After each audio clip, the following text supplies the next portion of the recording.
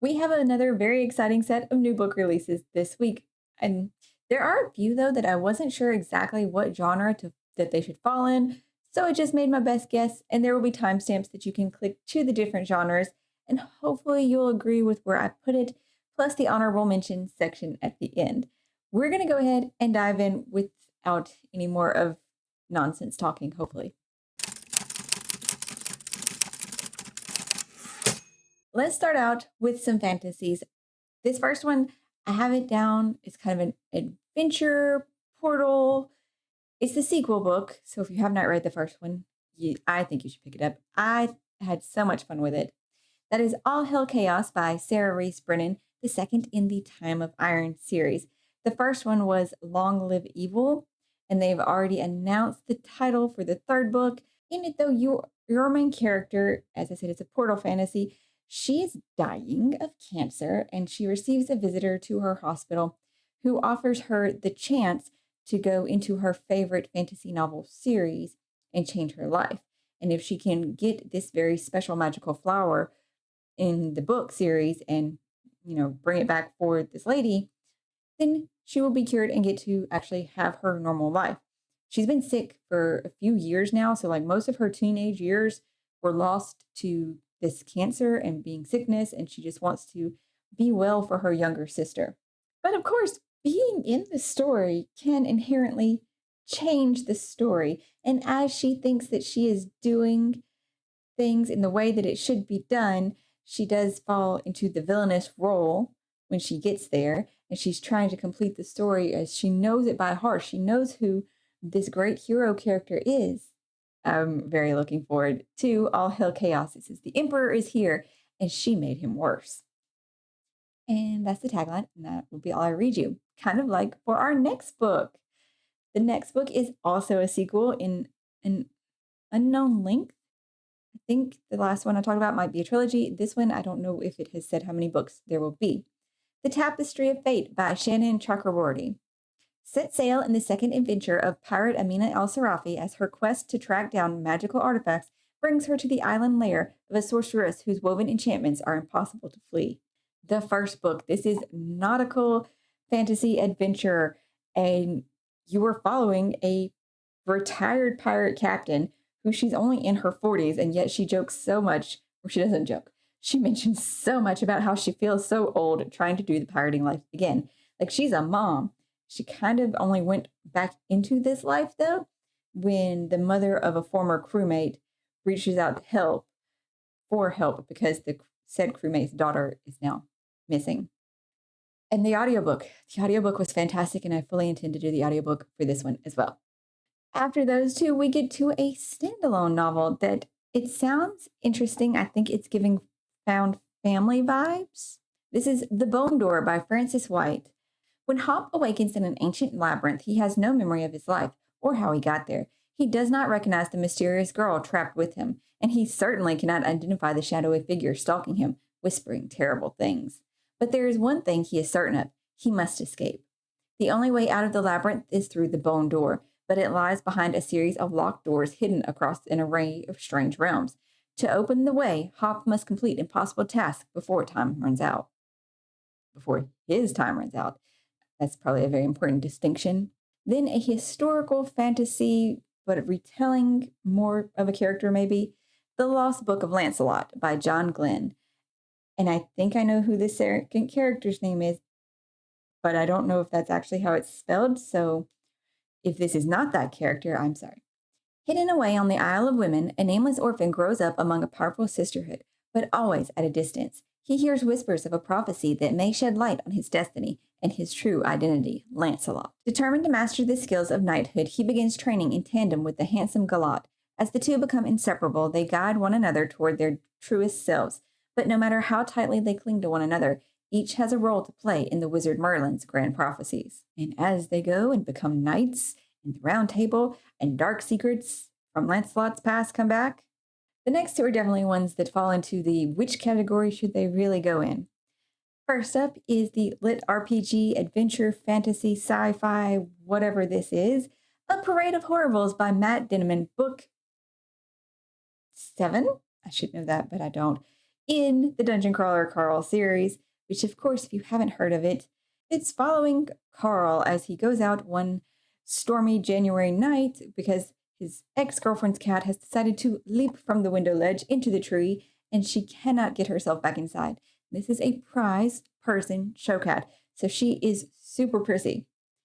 He runs outside to save said cat in only his boxers and two small Crocs. And then the world ends and they hear this voice from the sky saying, "Hello, crawlers," and telling them what happened. And you can choose to go into the dungeon and try to get your world back because it is now owned by the Bourne Corporation. And the adventures following them through the levels of the dungeon. Here in A Parade of Horribles, they have been spreading chaos in and out of the dungeon as this is a game show watched by everyone in the universe. And since the events in the dungeon are broadcast, they've been causing havoc in there, which is slowly wreaking havoc on the outside as well. But now they have reached floor 10. And that is all I will say about that, except you should definitely try the series. It is super fun. And the audiobooks are amazing. The first one was not the best in audio format, for my opinion, but the performance is just spectacular as he gets better and better at how he wants to do the voices for the characters. And one narrator, completely different voices for every single character. On to the next one, which could go here or slightly in the sci-fi one. Seek the Traitor's Son by Veronica Roth. Elegy On didn't ask for destiny to find her. She is happy with her life as a soldier, defending her small country from the Talsar, a powerful nation who worships a deadly fever, a fever that blesses half its victims with mysterious gifts. But then she's summoned to hear a prophecy. Her and the most ruthless Talsar generals, Rava Beater, brought face to face, they learn that one of them will lead their people to victory over the other, but they don't know which. And at the center of both their fates, a man that Elegy is told she will fall in love with. Into our definite sci-fi category, I suppose, with one that calls itself a mix between Game of Thrones and The Truman Show. The Franchise by Thomas Elrond. A land filled with magic and dragons and wizards and warriors, thousands of people live and work within its borders, fearful of their enemies and loyal to their king. The classic fantasy world of Malkaran has been brought to life on the big screen in a series of phenomenally successful blockbuster movies, almost entirely populated by characters in total belief that their sham fantasy lives are real. A fan favorite actor finds himself doubting the studio's work, but his franchise has an almost unstoppable momentum, and bringing freedom to a population that already believes itself to be free won't be as easy as he thinks. Super intrigued by the premise of this. It needs to go on something to where it'll come up in my reading list relatively soon. Then our romance this week is a sports one, First and Forever by Lynn Painter. Duffy DiStefano loves three things: her dad, the family cat, and Minneapolis Coyote football. So after she gets booed out of a game and becomes the internet's villain following an awful encounter with the team's beloved mascot, she is disgruntled, to put it mildly. Eager to clear the air, Duffy agrees to an interview on a hit morning show. Then when MVP Connor Cunningham gets tasked with damage control to help his team out of a PR nightmare, he finds himself in a highly amusing verbal sparring match with a recently wronged fan on live TV. The interview goes instantly viral and the public is obsessed with them. Despite his distaste for PR stunts and a strong push from the Coyotes' PR team to ride the wave results in Connor asking Duffy out. But he quickly discovers being with Duffy is much easier than he anticipated, and somehow it doesn't feel fake to him. Well, if you're the only one that knows it's fake, of course it would feel real. But I don't know. Is it fake dating or is it more like How to Lose a Guy in 10 Days? From there, we will move on into the thrillers of the week, starting with the start of a new series, The Fourth Option by Jack Carr and M.P. Woodward. Disillusioned by the government and institutions he dedicated his life to serving, former Navy SEAL and CIA Ground Branch operative Chris Walker is about to end his life when he receives a call that saves it. The wife of a teammate he lost in Afghanistan has now lost her son to the opioid crisis and needs Walker's help. Thrust into a conspiracy that goes deeper than he ever imagined, Walker must go up against the system and the very Constitution he once swore an oath to protect and defend in order to find justice for his friend's widow. Him and an FBI agent and a canine officer, like the dog.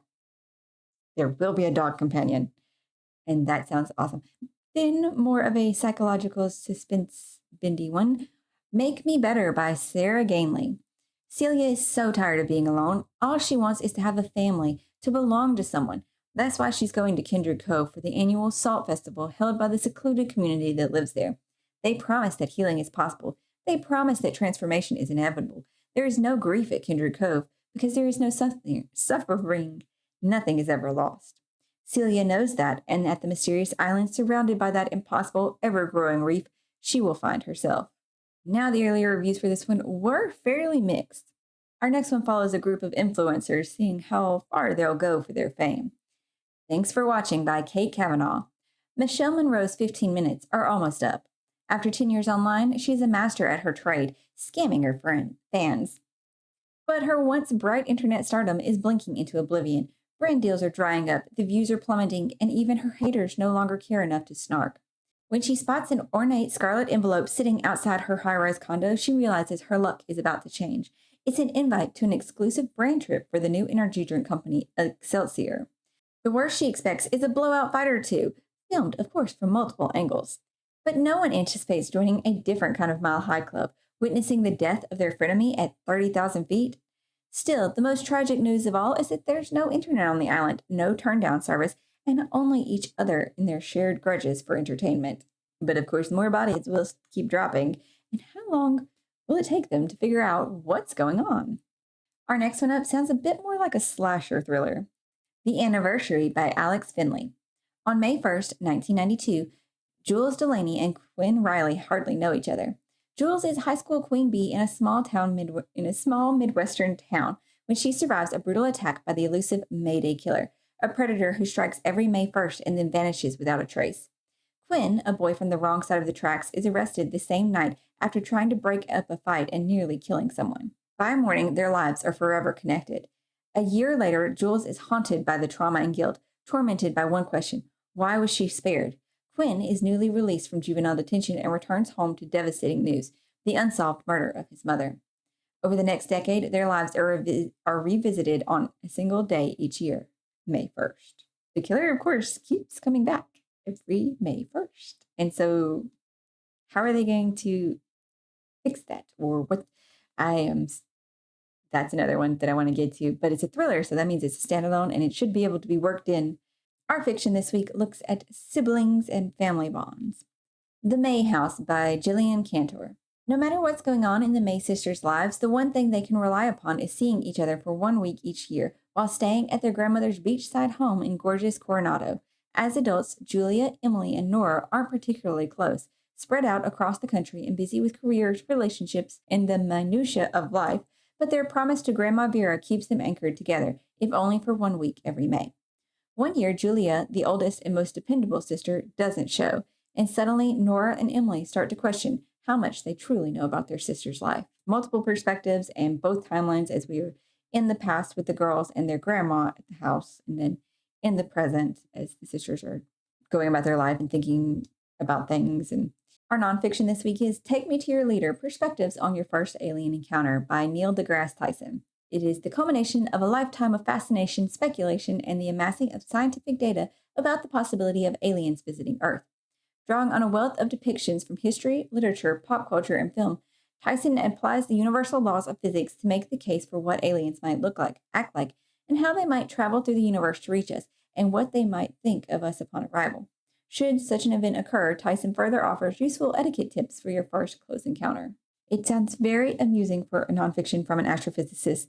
We start off our honorable mentions this week with, I believe, is the Trad Publishing debut. This is book 4 in the Bobbyverse series, though, Heaven's River by Dennis E. Taylor. The Bobbyverse is on the brink of chaos as civil war brews and the fate of one of their own hangs in the balance. Following someone who, I think he signed up for this cloning trial and was sent out into the universe away from Earth for science. This next one is technically a standalone, but it is in the same world as the Imperial Radic. That's Radiant Star by Anne Leckie. The temporal location of the Radiant Star has always been a source of both conflict and hope for the people of Oya. However, the Imperial Radic sees it only as an inconvenience, an antiquated religious site soon to be absorbed into their own superior culture. But local politics are complicated, and the Radic have made one last concession. One last man will be allowed to join the mummified bodies in the Imperial in the temporal location to become a living saint. Another slightly highly anticipated sequel. I'm sure a lot of people are. I've heard mixed things about the first book, and one day it'll come in from the library hold. Broken Dove by Danny Francis. This is the sequel to Silver Elite. Lines will be crossed, loyalties will be tested, and the fight for the continent is only just beginning. The first book's thing was psychic gifts are a death sentence, and there are rules to survival. Trust no one, lie to everyone, and whatever you do, don't fall for your greatest enemy. This is another one that I wasn't entirely sure where to put. It's dystopian fiction, but it is also a kind of romantasy, I think, or sci-fi. Sci-mantasy? Is that a thing? Our last book is the third standalone kind of in a series of standalones, if that makes sense. I think each book was written with the intention of being like a self-contained sort of story, but each one is progressing in time. This one is 2084 by Elliot Ackerman and James Stavridis. In their novel, 2034, decorated military officers and award-winning authors Elliot Ackerman and Admiral James Stavridis imagined a war between the US and China. In their follow-up novel, 2054, they envisioned a breakdown in American politics fueled by a radical advance in AI. Now they make their boldest, most astonishing, and arguably most necessary leap, an imagining of the consequences of a climate war. By the year 2084, the world is divided into equatorial countries that bear the brunt of the climate crisis, led by Nigeria, Brazil, and Indonesia, and weather countries like China and the US beset by their own problems after a state of civil wars. Tension between the two sets of countries have reached a breaking point, and so finally the so-called reparationist nations of the equator decide that only military force can bring them justice. It's very different sounding, and every book does seem to tackle something different, and it is quite interesting that they waited until the third book to tackle climate change when I feel like that was definitely more of a thing on people's minds than radical advances in AI. I don't know, there was Terminator way back in the 80s, so I could be wrong on that. That is all for my list this week, and maybe you were able to find a new one to go grab or add to your ever-growing TBR list, like I have, and that you were just finding something great to read today, and that I will see you in next week's video.